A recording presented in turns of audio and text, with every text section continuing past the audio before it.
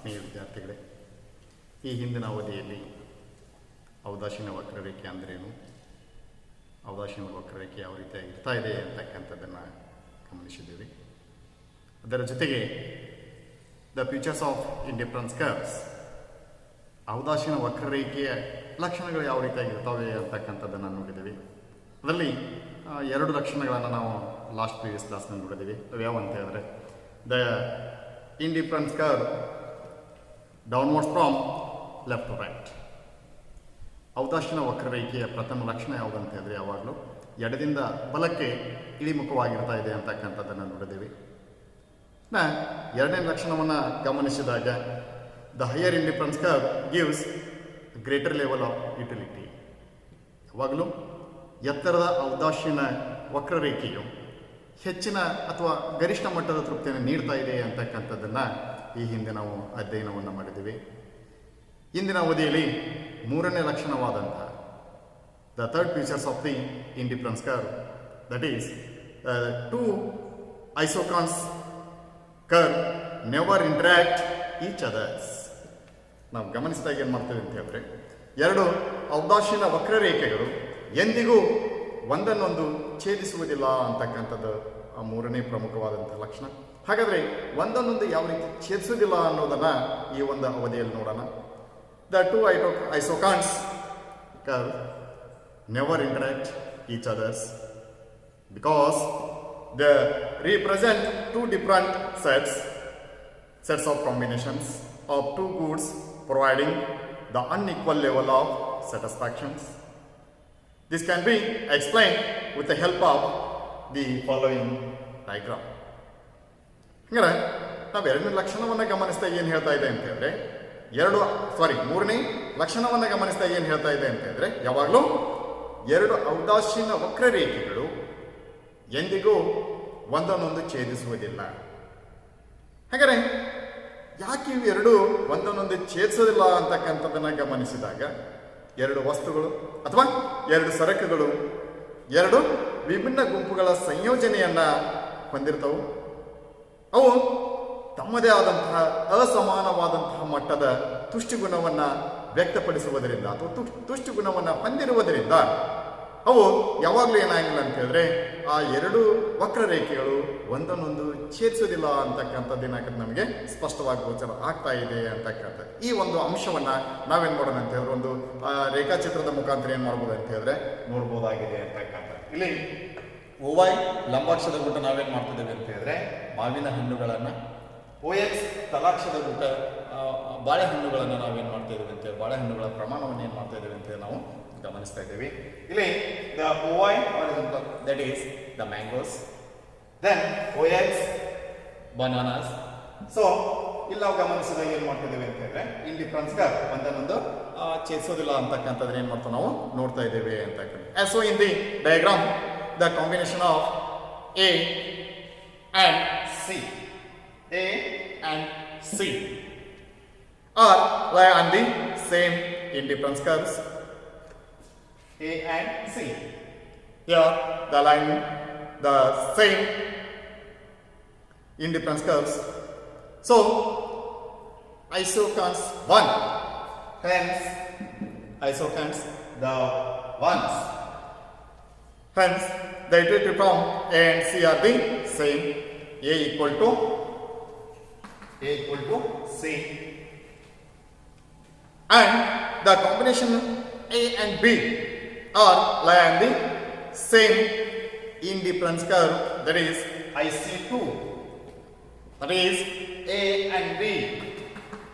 A equal to B, A equal to C, A equal to B. So it the follows that the iterative from the combination B and C. The combination B and C will also be the same, B equal to C, but this is clearly and the observed result. The two isocons cannot interact each others.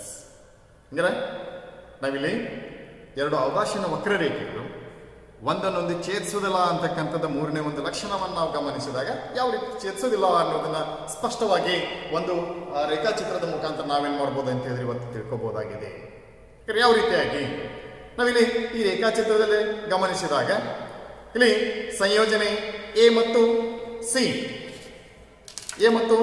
ಅನ್ನು ಗಮನಿಸಿದಾಗ ಔದಾಸೀನ ವಕ್ರರೇಖೆಯ ಮೇಲಿರುವುದರಿಂದ A ಮತ್ತು C ಔದಾಸೀನ ವಕ್ರರೇಖೆ ಮೇಲೆ ಇರುವುದರಿಂದ ಅವುಗಳಿಂದ ಲಭ್ಯವಾಗಿರ್ತಕ್ಕಂಥ ತುಷ್ಟುಗುಣ ಒಂದೇ ರೀತಿಯಾಗಿರ್ತಾ ಇದೆ ಅಂತಕ್ಕಂಥದ್ದನ್ನು ನೋಡ್ತೀವಿ. ಅದು ಯಾವುದು ಅಂತ ಹೇಳಿದ್ರೆ ಎ ಮತ್ತು ಸಿ ಏನಾಗಿರ್ತದೆ ಅಂತ ಹೇಳಿದ್ರೆ ಒಂದೇ ರೀತಿಯಾದಂತಹ ತುಷ್ಟುಗುಣವನ್ನ ಹೊಂದಿದವು ಅಂತಕ್ಕಂಥದ್ದು ಏನಾಗುತ್ತೆ ನಮಗೆ ಸ್ಪಷ್ಟವಾಗ್ತಾ ಇದೆ ಅಂತಕ್ಕಂಥದ್ದು.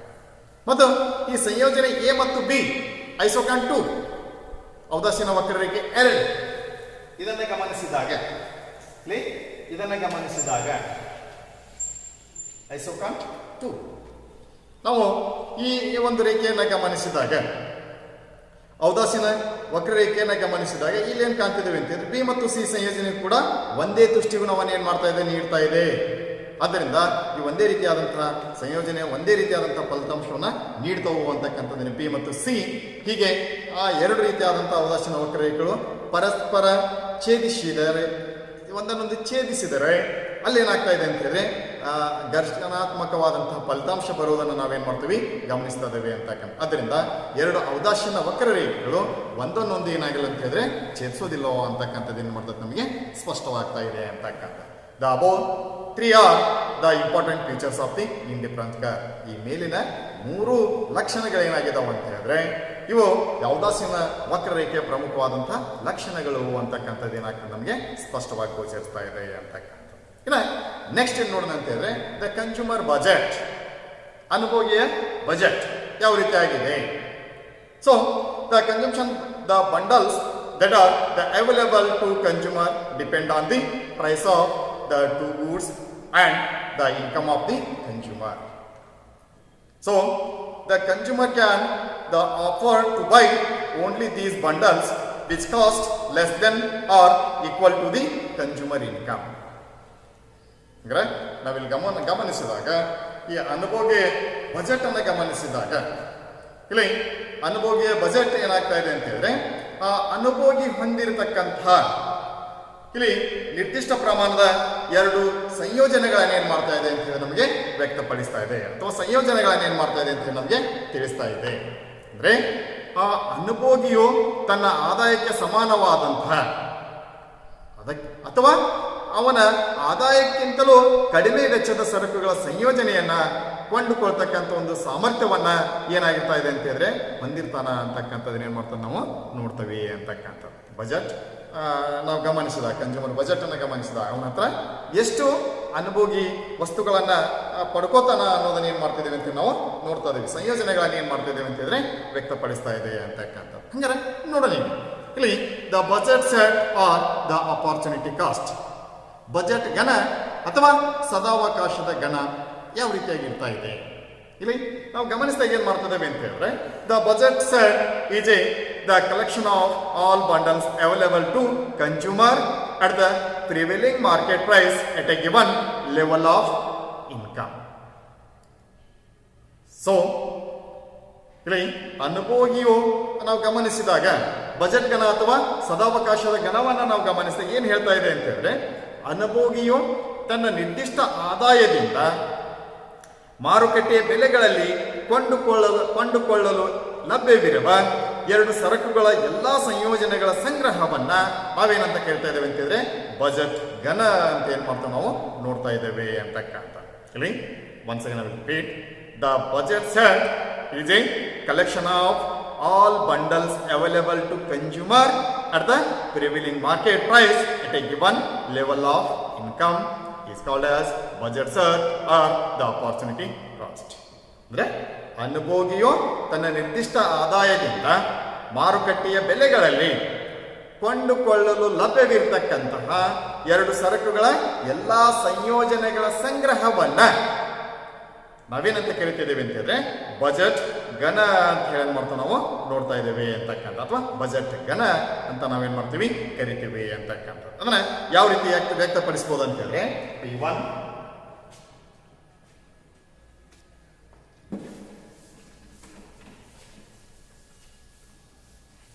ಇದನ್ನ ಯಾವ ರೀತಿ ವ್ಯಕ್ತಪಡಿಸ್ತೇವೆ ಅಂದ್ರೆ P1 ನಥಿಂಗ್ ಬಟ್ ಪ್ರೈಸ್ 1 ಇಲ್ಲಿ the P1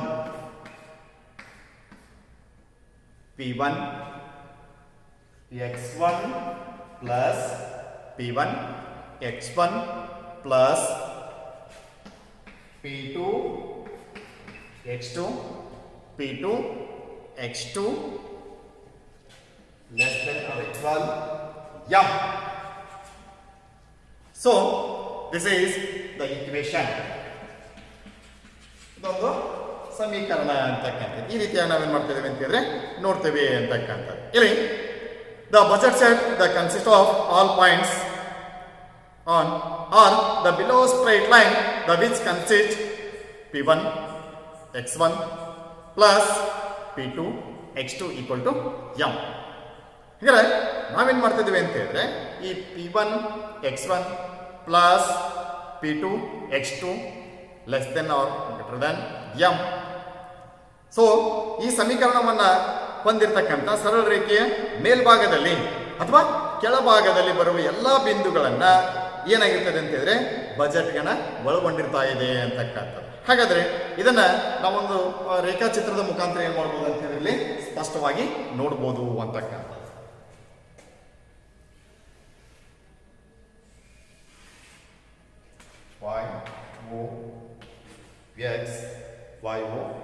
X, it is the straight line, budget ರೇಖೆ. ಈ ಬಜೆಟ್ ರೇಖೆಯನ್ನು ಗಮನಿಸಿದಾಗ ನೋಡೋಣ, ಇಲ್ಲಿ P1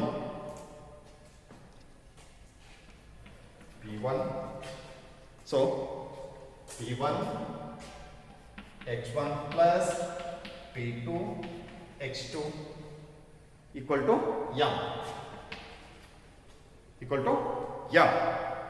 ಸೊ ಇದನ್ನ ನಾವೇನಂತ ಕರಿತೀವಿ ಅಂತ ಹೇಳಿ mangoes banana. It is this is the budget set.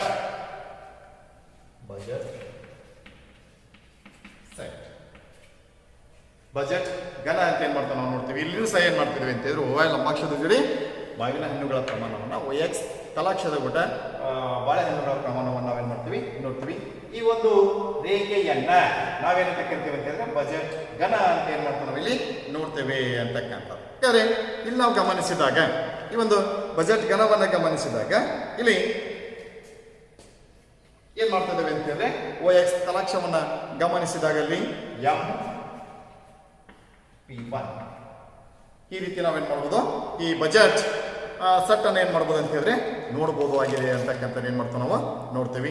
ಹಾಗಾದ್ರೆ ಇಲ್ಲಿ ನಾವು ಗಮನಿಸಿದಾಗ ಇಲ್ಲಿ ಬಜೆಟ್ ಲೈನ್ ಏನ್ ಹೇಳ್ತಾ ಇದೆ, ಬಜೆಟ್ ರೇಖೆ, ಇದನ್ನ ನಾವು ಸ್ವಲ್ಪ ಕೂಲಂಕುಷವಾಗಿ ನೋಡೋಣ. ಇದು ಬಜೆಟ್ ಸೆಟ್ ಆಯ್ತು. ನಂತರ ಬಜೆಟ್ ರೇಖೆ ಯಾವ ರೀತಿ ಹೇಳ್ತಾ ಇದೆ, ಬಜೆಟ್ ಲೈನ್ ಏನ್ ಹೇಳ್ತಾ ಇದೆ ಅನ್ನೋದನ್ನ ನೋಡೋಣ. The budget line is the locus of the different combination of the two goods which the consumer consume and whose cost is exactly the equals to her incomes. So P1 x1 plus P2 x2 equal to m. This is the equation number 1. ಹಾಗಾದ್ರೆ ನಾವು ಗಮನಿಸಿದ budget ರೇಖೆ ಏನ್ ಹೇಳ್ತಾ ಇದೆ, ಈ budget ರೇಖೆಯನ್ನು ನಾವು ಗಮನಿಸಿದಾಗ ಅನುಭೋಗಿಯ ಆದಾಯಕ್ಕೆ ಸಮಾನವಾದಂತಹ ಎರಡು ಸರಕುಗಳ ವಿವಿಧ ಸಂಯೋಜನೆಗಳ ಬಿಂದುಗಳನ್ನು ಸೇರಿಸಿದಾಗ ಲಭ್ಯವಾಗ್ತಕ್ಕಂಥ ರೇಖೆಗೆ ನಾವೇನಂತ ಕರಿತೀವಿ ಅಂತ ಹೇಳಿದ್ರೆ ಬಜೆಟ್ ರೇಖೆ ಅಂತ ಹೇಳಿ ಮಾಡ್ತಾ ನಾವು ಕರಿತೀವಿ. ನೋಡ್ರಿ, ಬಜೆಟ್ ರೇಖೆ ಅಂತ ನಾವು ಎದಕ್ಕೆ ಕರಿತೀವಿ? The budget line is nothing but budget line is a locus of different combination of the two goods which is the consumer consumes and whose cost is exactly equals to her income is known as budget line. ಹೀಗೆ ನಾವು budget ರೇಖೆ ಅಂತ ಎದಕ್ಕೆ ಕರಿತೀವಿ ಅಂತ ಹೇಳಿದ್ರೆ ಅನುಭೋಗಿಯ ಆದಾಯಕ್ಕೆ ಸಮಾನವಾದ ಎರಡು ಸರಕುಗಳ ವಿವಿಧ ಸಂಯೋಜನೆಗಳ ಬಿಂದುಗಳನ್ನು ಸೇರಿಸಿದಾಗ ಒದಗಿಸುವಂತ ಅಥವಾ ಲಭ್ಯವಾಗ್ತಕ್ಕಂತಹ ರೇಖೆಗೆ ನಾವೇನಂತ ಕರಿತೀವಿ ಅಂತ ಹೇಳಿದ್ರೆ ಬಜೆಟ್ ರೇಖೆ ಅಂತ ಏನ್ ಮಾಡ್ತಾವೆ ನಾವು ಕರಿತೀವಿ. ಅದನ್ನ ನಾವು ನೋಡ್ಬೋದು ಇಲ್ಲಿ P1 x1 plus P2 x2 equal to m. ಅಂದ್ರೆ ಇದನ್ನ ನಾವೇನಂತ ಕರಿತೀವಿ ಅಂತ ಹೇಳಿದ್ರೆ ಸಮೀಕರಣ 1 ಅಂತ ಏನ್ ಮಾಡ್ತೀವಿ ನಾವು ಕರಿತೀವಿ. ಇದನ್ನ ಒಂದನೇ ಸಮೀಕರಣ ಅಂತ ಹೇಳಿ ನಾವು ಸ್ಪಷ್ಟವಾಗಿ ನೋಡ್ತಾ ಇದ್ದೇವೆ. ಇದು ಆ ಬಜೆಟ್ ರೇಖೆ ಅಂತಕ್ಕಂಥ. ಇದರಲ್ಲೇನೆ ಪ್ರೈಸ್ ರೇಷಿಯೋ, ಬೆಲೆ ಅನುಪಾತ ಅಂತ ನಾವು ಎದಕ್ಕೆ ಕರಿಬೇಕು? Price ratio. So the price ratio is the price of the goods on the horizontal or x-axis divided by the price of the good on the vertical or the y-axis. The price ratio equal to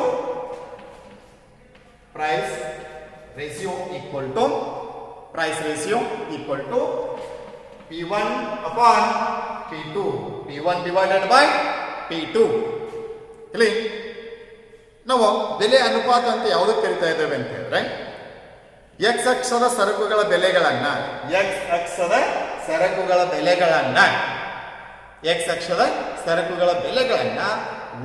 ಅಕ್ಷದ ಸರಕುಗಳಿಂದ ಭಾಗಿಸಿದಾಗ ಬರ್ತಕ್ಕಂತಹ ಒಂದು ಅಂಶವನ್ನ ನಾವೇನಂತ ಕರಿತೀವಿ ಅಂತ ಹೇಳಿದ್ರೆ ಬೆಲೆಯ ಅನುಪಾತ ಅಥವಾ ಬೆಲೆ ದರ ಅಂತ ಏನ್ ಮಾಡ್ತೀವಿ ನಾವು ಕರಿತೀವಿ. Another means the price rate, ಬೆಲೆ ದರ ಅಂತ ಏನ್ ಮಾಡ್ತೀವಿ ನಾವು ಕರಿತೀವಿ. ಅದನ್ನ ನಾವು ಯಾವ ರೀತಿ ವ್ಯಕ್ತಪಡಿಸಬಹುದಪ್ಪ ಅಂತ ಹೇಳಿದ್ರೆ ಬೆಲೆ ಅನುಪಾತ, ಪ್ರೈಸ್ ರೇಷಿಯೋ ಈಕ್ವಲ್ ಟು ಬೆಲೆ ಅನುಪಾತ equal to P1 divided by P2, P1 upon P2. ಈ ರೀತಿ ನಾವೇನ್ ಮಾಡ್ತೇವೆ ಅಂತ ಹೇಳಿದ್ರೆ ಪ್ರೈಸ್ ರೇಷಿಯೋವನ್ನ, ಬೆಲೆ ಅನುಪಾತವನ್ನ ಏನ್ ಮಾಡ್ತೇವೆ ಅಂತ ಹೇಳಿ ನಾವಿಲ್ಲಿ ಕಂಡು ಹಿಡಿತೇವೆ ಅಂತಕ್ಕಂಥ. ಸೊ ಇಲ್ಲಿ ನಾವೇನ್ ಮಾಡ್ತಿದ್ದೇವೆ ಅಂತ ಹೇಳಿದ್ರೆ P1 ಅಪಾನ್ P2 ಅಂತ ಹೇಳಿ ಮಾಡ್ತಾ ನಾವು ಗಮನಿಸ್ತೀವಿ. ಇದನ್ನ ಬೆಲೆ ಅನುಪಾತ ಅಂತ ಏನ್ ಮಾಡ್ತಾ ನಾವಿಲ್ಲಿ ಗಮನಿಸ್ತಾ ಇದ್ದೇವೆ ಅಂತಕ್ಕಂಥ. ಇನ್ನ ನೆಕ್ಸ್ಟ್ ಏನ್ ನೋಡೋಣ ಅಂತ ಹೇಳಿದ್ರೆ slope of budget line, budget ರೇಖೆಯ ಇಳಿಜಾರು ಅಂತಕ್ಕಂಥ. Slope of budget line. The slope of the budget line measures the amount of change in mangoes, the required per unit of the change in bananas, delta x2, delta x1 along the budget line. So the slope of budget line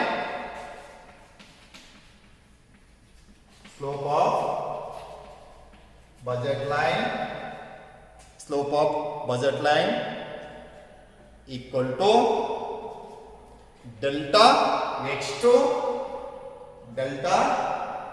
divided by delta x1, delta x2 divided by delta x1. Hence P1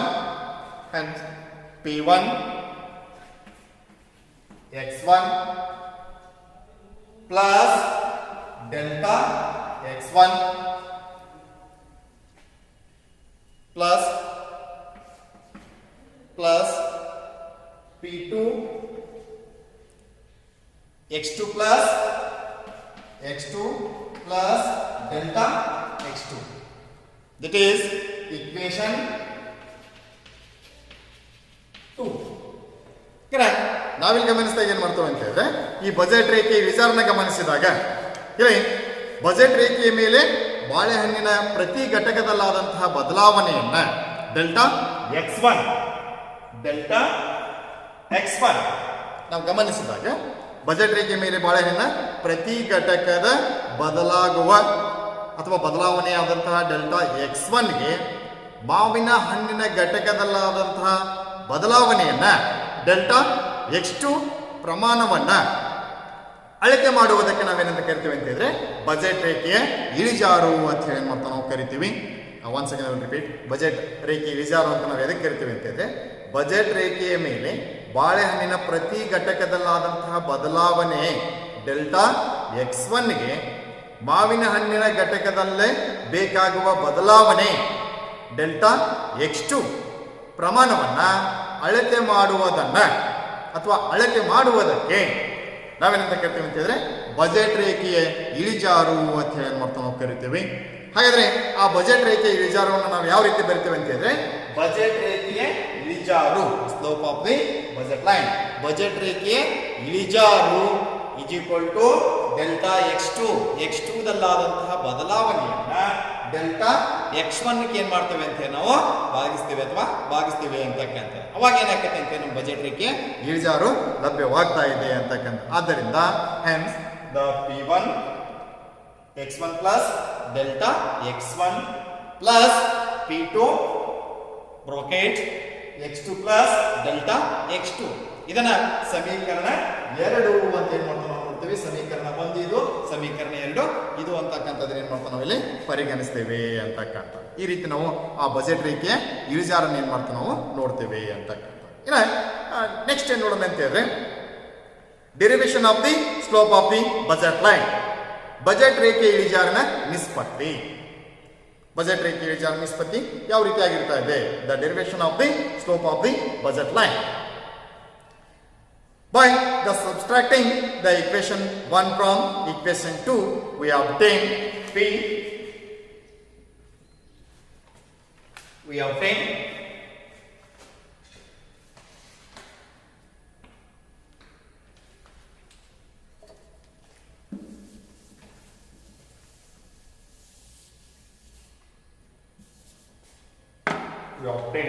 that is P1 delta x1 plus P2 delta x2 equal to 0 or delta x2 upon delta x1 equal to minus P1 divided by P2.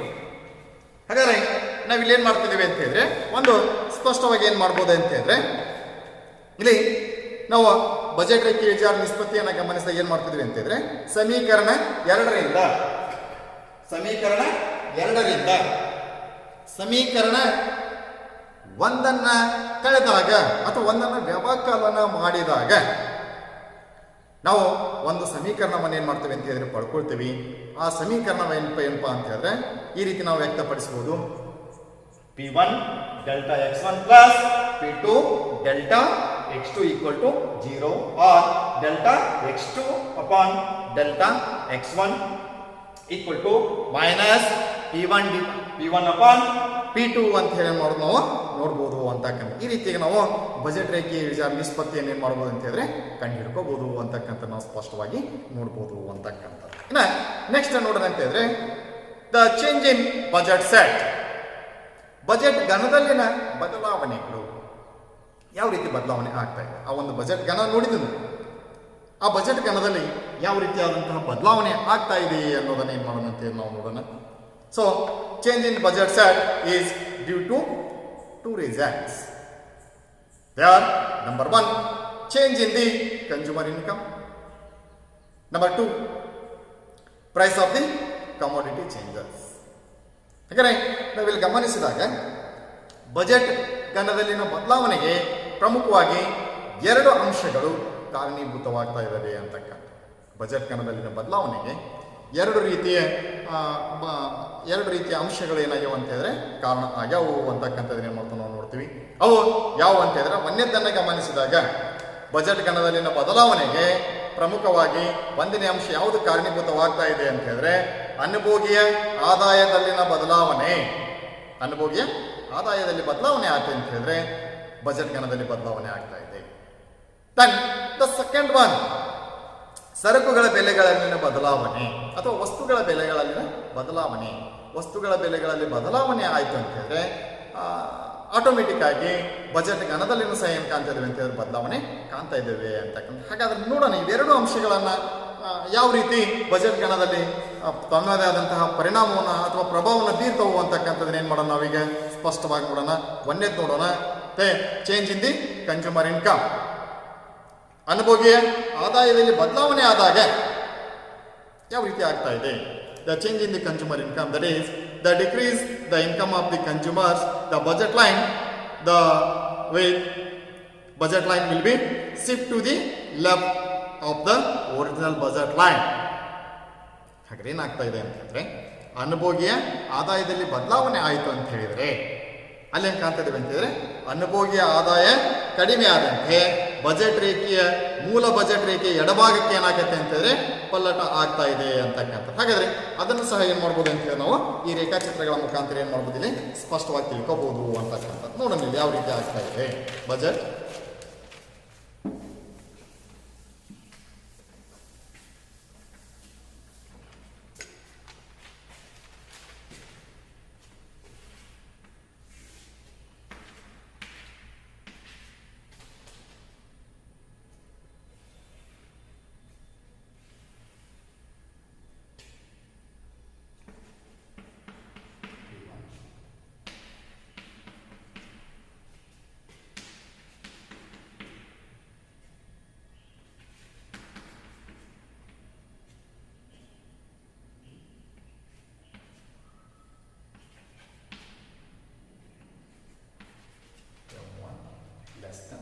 S, ಹಾಗಾದ್ರೆ ನಾವಿಲ್ಲಿ ಗಮನಿಸಿದಾಗ ಏನ್ ಮಾಡ್ತಾ ಇದೀವಿ ಅಂತ ಹೇಳಿದ್ರೆ, ಇಲ್ಲಿ ಅನುಭೋಗಿ ಆದಾಯ ಕಡಿಮೆ ಆದಂತೆ ಬಜೆಟ್ ರೇಖೆ ಮೂಲ ಬಜೆಟ್ ರೇಖೆ ಎಡಭಾಗಕ್ಕೆ ಏನಾಗತ್ತೆ ಅಂತಂದ್ರೆ ಪಲ್ಲಟ ಆಗ್ತಾ ಇದೆ ಅಂತಕ್ಕಂಥ. ಹಾಗಾದ್ರೆ ಇಲ್ಲಿ ನಾವು ಗಮನಿಸಿದಾಗ ಇಲ್ಲಿ ನಾವು ಗಮನಿಸಿದಾಗ ಅನುಭೋಗಿಯ ಆದಾಯ ಕಡಿಮೆ ಆದಂತೆ ಇಲ್ಲಿ ಏನ್ ಮಾಡ್ತಿದ್ದೇವೆ ಅಂತಂದ್ರೆ ಕಮಾಡಿಟಿ ನೋಡೋಣ. ಇಲ್ಲಿ ಇನ್ಕಮ್ ನಾವು ಗಮನಿಸಿದ ನಮ್ಮ ಅಕ್ಷದ ಜೊತೆ ಏನ್ ಮಾಡೋಣ ಅಂತ ಹೇಳಿದ್ರೆ ಅನುಭೋಗಿಯ ಆದಾಯವನ್ನು ನೋಡೋಣ. ಇಲ್ಲಿ ವೈಯಕ್ತಿಕ ವಸ್ತುಗಳ ಪ್ರಮಾಣ ನೋಡೋಣ.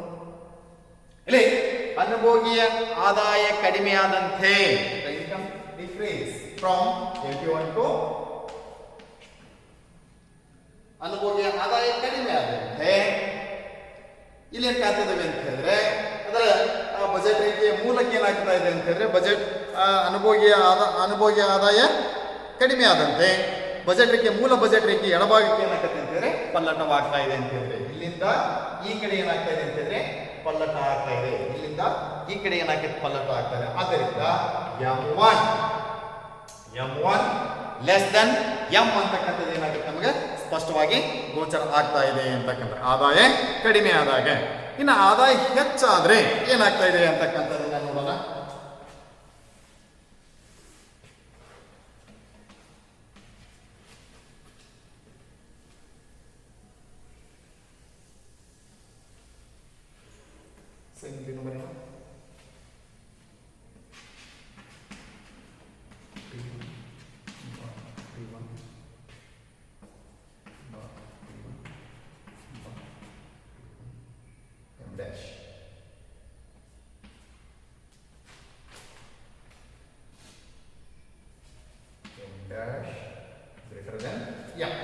ಹಾಗಾದ್ರೆ ಇಲ್ಲಿ ನಾವು ಗಮನಿಸಿದಾಗ ಏನ್ ಮಾಡ್ತಿದ್ದೇವೆ ಅಂತ ಹೇಳಿದ್ರೆ the increase in the income of the consumer the budget line will shift to the right of the original budget line.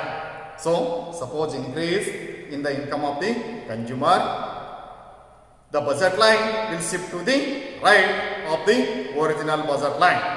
ಅನುಭೋಗಿಯ ಆದಾಯ ಹೆಚ್ಚಾದರೆ ಬಜೆಟ್ ರೇಖೆ ಮೂಲ ಬಜೆಟ್ ರೇಖೆ ಬಲಭಾಗಕ್ಕೆ ಏನಾಗುತ್ತೆ ಅಂತಂದ್ರೆ ಪಲ್ಲಟವಾಗ್ತಾ ಇದೆ ಅಂತಕ್ಕಂಥದ್ದು ಏನ್ ಮಾಡ್ತೀವಿ ನಾವಿಲ್ಲಿ ನೋಡ್ತಾ ಇದ್ದೇವೆ ಅಂತಕ್ಕಂಥದ್ದು. ಅಂದ್ರೆ M1 ಗ್ರೇಟರ್ ದ್ಯಾನ್ M ಅಂತಕ್ಕಂಥದ್ದು ಏನ್ ಮಾಡ್ತೈತಿ ವ್ಯಕ್ತಪಡಿಸ್ತಾ ಇದೆ. ಇದಕ್ಕಿಂತ ಇದು ನೋಡ್ದಾಗಿದೆ ಇಲ್ಲಿ ಅನುಭೋಗಿ ಆದಾಯ ಕಡಿಮೆ ಆದಾಗ M1 less than M1 less than M ಇದಕ್ಕಿಂತ ಏನಾಗಿದೆ M1 ಕಿಂತ ಲೆಸ್ ದೆನ್ M ಅಂತಕ್ಕಂಥ. ಇಲ್ಲಿ ಅನುಭೋಗಿ ಆದಾಯ ಹೆಚ್ಚಾದಂತೆ M1 ಗ್ರೇಟರ್ ದನ್ M ಅಂತಕ್ಕಂಥದ್ದು ಏನಾಗುತ್ತೆ ನಮಗೆ ಹೆಚ್ಚು ಗೊತ್ತಾಗ್ತಾ ಇದೆ. M1 ಗಿಂತಲೂ M ಏನಾಗಿದೆ ಹೆಚ್ಚಾಗಿದೆ ಅಂತಕ್ಕಂಥದ್ದು ಏನಾಗತಿ ಕಾಣ್ತಾ ಇದೆ ಅಂತಕ್ಕಂಥ. ಆದ್ದರಿಂದ ಇಲ್ಲೇನ್ ಕಾಣ್ತದೆ ಅಂತಂದ್ರೆ ಬಜೆಟ್ ರೇಖೆ ಬಲಭಾಗಕ್ಕೆ ಏನಾಗಿದೆ ಅಂತ ಹೇಳಿದ್ರೆ ಪಲ್ಲಟಗೊಂಡಿದೆ. ಇಲ್ಲಿ ಅನುಭೋಗಿ ಆದಾಯ ಕಡಿಮೆ ಆದಂತೆ ಬಜೆಟ್ ರೇಖೆ ಎಡಗಡೆ ಪಲ್ಲಟಗೊಳ್ತಾ ಇದೆ.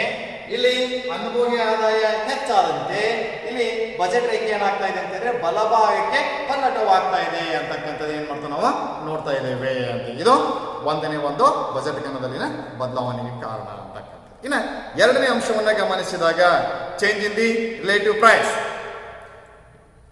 ವಸ್ತುಗಳ ಬೆಲೆಗಳಲ್ಲಿ ಬದಲಾವಣೆ ಆದಾಗ ಅಥವಾ ಸಾಪೇಕ್ಷ ಬೆಲೆಗಳಲ್ಲಿನ ಬದಲಾವಣೆ ಆದಾಗ ಏನ್ ಪರಿಣಾಮ ಬೀರ್ತಾ ಇದೆ. So if the price of one X commodity, so the decrease and the income and price of the other commodity are the constant, the budget line become stepper. Budget line become stepper. ಹಾಗಾದ್ರೆ ನೋಡೋಣ ಎರಡನೇ ಕಾರಣ ಏನನ್ನ ಗಮನಿಸಿದಾಗ ಸಾಪೇಕ್ಷ ಬೆಲೆಗಳಲ್ಲಿ ಬದಲಾವಣೆ ಆದಾಗ ಅದು ಸಹ ನೇರವಾಗಿ ಬಜೆಟ್ ಗಣದ ಮೇಲೆ ತನ್ನದೇ ಆದಂತಹ ಪ್ರಭಾವವನ್ನು ಬೀರ್ತಾ ಇದೆ. ಹಾಗಾದ್ರೆ ಏನ್ ಪರಿಣಾಮ ಬೀರ್ತಾ ಇದೆ? ಅನುಭೋಗ್ಯ ಆದಾಯ ಮತ್ತು ವಾಯು ವಸ್ತುವಿನ ಬೆಲೆ ಸ್ಥಿರವಾಗಿದ್ದು, ನೋಡೋಣ ಇಲ್ಲಿ, ಅನುಭೋಗ್ಯ ಆದಾಯ ಮತ್ತು ವಾಯು ವಸ್ತುವಿನ ಬೆಲೆ ಸ್ಥಿರವಾಗಿದ್ದು, ಒಂದು ವಸ್ತುವಿನ ಬೆಲೆ ಸ್ಥಿರವಾಗಿದ್ದು ಎಕ್ಸ್ ವಸ್ತುವಿನ ಬೆಲೆ ಇನ್ನೊಂದು ವಸ್ತುವಿನ ಬೆಲೆ ಕಡಿಮೆ ಆದಂತೆ ಬಜೆಟ್ ರೇಖೆ ಹೆಚ್ಚೇನಾಗ್ತಾ ಇದೆ ಅಂತಂದ್ರೆ ಸಮತಲವಾಗ್ತಾ ಇದೆ ಅಂತಕ್ಕಂಥದ್ದು ಏನ್ ಮಾಡ್ತಾ ನಾವು ನೋಡ್ತೀವಿ. ಹಾಗಾದ್ರೆ ಇದನ್ನು ಸಹ ಏನ್ ಮಾಡ್ಬೋದು ಅಂತ ನಾವು ರೇಖಾಚಿತ್ರದ ಮುಖಾಂತರ ನೋಡೋಣ.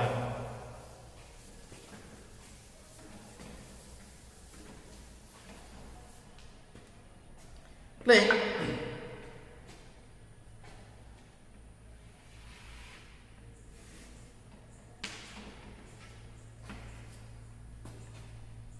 ಇಲ್ಲಿ y o x ನೋಡೋಣ. ಇಲ್ಲಿ OY ಲಂಬಾಕ್ಷದ ಜೋಡಿ y ಕಮಾಡಿಟಿ, OX ತಲಾಕ್ಷದ ಜೋಡಿ x ಕಮಾಡಿಟಿ. OY ಲಂಬಾಕ್ಷದ ಜೋಡಿ ನಾವೇನು ಅಳತೆ ಮಾಡೋಣ ಅಂತಂದ್ರೆ y ವಸ್ತುಗಳನ್ನ, OX ತಲಾಕ್ಷದ ಜೊತೆ x ವಸ್ತುಗಳನ್ನು ನಾವು ಅಳತೆ ಮಾಡೋಣ. ಹಾಗಾದ್ರೆ ಇಲ್ಲೇನ್ ಮಾಡೋಣ ಅಂತ ಹೇಳಿದ್ರೆ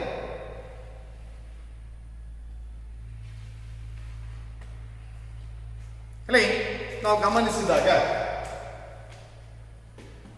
ಎಂಬಾರ್ P2 ಎಂಬಾರ್ P1 ಎಂಬಾರ್ P1 ಡ್ಯಾಶ್. ಅಂದ್ರೆ ಇಲ್ಲಿ ನಾವು ಗಮನಿಸಿದಾಗ ಏನ್ ಮಾಡ್ತಿದ್ದೇವೆ ಅಂತ ಹೇಳಿದ್ರೆ, if the price of one X commodity increase and the income of price of the both other commodity are the constant, the budget line become stepper. Budget line ಏನಾಗ್ತಾ ಇದೆ ಇಲ್ಲಿ? stepper ಆಗ್ತಾ ಇದೆ. ನೋಡ್ರಿ ಇಲ್ಲಿ ಅನುಭೋಗ್ಯ ಆದಾಯ ವಸ್ತುವಿನ ಬೆಲೆ ಸ್ಥಿರವಾಗಿದ್ದು, ಒಂದು ವಸ್ತುವಿನ ಬೆಲೆ ಸ್ಥಿರವಾಗಿದ್ದು ಇನ್ನೊಂದು ವಸ್ತುವಿನ ಬೆಲೆ ಕಡಿಮೆ ಆದಂತೆ ಬಜೆಟ್ ರೇಖೆ ಏನಾಗ್ತದೆ ಅಂತಂದ್ರೆ ಹೆಚ್ಚು ಸಮತಲ ಆಗ್ತಾ ಇದೆ ಅಂತಕ್ಕಂಥದ್ದು ಏನ್ ಮಾಡ್ತೀವಿ ನಾವು ನೋಡ್ತೇವೆ ಅಂತಕ್ಕಂಥ, ಸಮತಲ ಆಗ್ತಾ ಇದೆ ಅಂತಕ್ಕಂಥದ್ದನ್ನ ನೋಡ್ತೀವಿ. So here the price of X commodity increase and the income of price of the other commodity are the constant, the budget line becomes stepper. ಅನುಭೋಗ್ಯ ಆದಾಯ ಮತ್ತು ವಸ್ತುವಿನ ಬೆಲೆ ಸ್ಥಿರವಾಗಿದ್ದು ಎಕ್ಸ್ ವಸ್ತುವಿನ ಬೆಲೆ ಹೆಚ್ಚಾದ್ರೆ ಬೇಡಿಕೆ ರೇಖೆ ಕಡಿದಾದ ಸ್ವರೂಪವನ್ನ ಹೊಂದ್ತಾ ಇದೆ. ಅಂದ್ರೆ ಇಲ್ಲಿ ನೋಡೋಣ, ಇಲ್ಲಿನ ಸೈನ್ ಮಾಡೋಣ y commodity, ಇಲ್ಲಿ x commodity ನಾವು ಅಳತೆ ಮಾಡೋಣ. ಹಾಗಾದ್ರೆ ಇಲ್ಲಿ ಏನ್ ಕಾಣ್ತಿದ್ದೀವಿ ಅಂತ ಹೇಳಿದ್ರೆ ಇಲ್ಲಿ ಬಜೆಟ್ ರೇಖೆ ಕಡಿದಾದ ಸ್ವರೂಪವನ್ನ ಹೊಂದ್ತಾ ಇದೆ ಅಂತಕ್ಕಂಥದ್ದು ಏನ್ ಮಾಡ್ತೀವಿ ನಾವು ನೋಡ್ತೀವಿ. This is M for P2 M for P2. ಹಾಗಾದ್ರೆ ಇಲ್ಲಿ ನಾವು ಗಮನಿಸಿದಾಗ this is M for P dash. ಹಾಗಾದ್ರೆ ಇಲ್ಲಿ ಏನ್ ಕಾಣ್ತಿದ್ದೀವಿ ಅಂತಂದ್ರೆ ಇದು ಈ ಕಡೆ ಸ್ಟೆಫರ್ ಆಗಿದೆ. ಇಲ್ಲಿ ನಾವು ಗಮನಿಸಿದಾಗ ಏನ್ ಮಾಡ್ತಿದ್ದೀವಿ ಅಂತ ಹೇಳಿದ್ರೆ ಈ ಜಾರಿ ಏನಾಗ್ತದೆ ಅಂತ ಹೇಳಿದ್ರೆ ಸಮತಲ ಆಗ್ತಾ ಇದೆ ಅಂತಕ್ಕಂಥದ್ದು ಏನ್ ಮಾಡ್ತೀವಿ ನಾವು ನೋಡ್ತೀವಿ ಅಂತಕ್ಕಂಥದ್ದು. ಈ ರೀತಿಯಾಗಿ ನಾವೇನ್ ಮಾಡ್ಬೋದು ಅಂತ ಹೇಳಿದ್ರೆ ಈ ಬಜೆಟ್ ಘನದಲ್ಲಿ ಯಾವ ರೀತಿ ಬದಲಾವಣೆ ಆಗ್ತಾ ಇದೆ ಅಂತಕ್ಕಂಥದ್ದು ನೋಡ್ತೀವಿ. ನೆಕ್ಸ್ಟ್ ಕ್ಲಾಸ್ನಲ್ಲಿ ನಾಳೆ ಯಾವ್ದಿನಿ the optimal choice of consumer, ಅನುಭೋಗಿಯ ಆದರ್ಶ ಆಯ್ಕೆ ಯಾವ ರೀತಿ ಇರ್ತಾ ಇದೆ ಅಂತಕ್ಕಂಥದ್ದನ್ನ ನಾಳೆ ಕ್ಲಾಸ್ನಲ್ಲಿ ಹೇಳ್ತೀನಿ. ಓಕೆ, ಧನ್ಯವಾದ.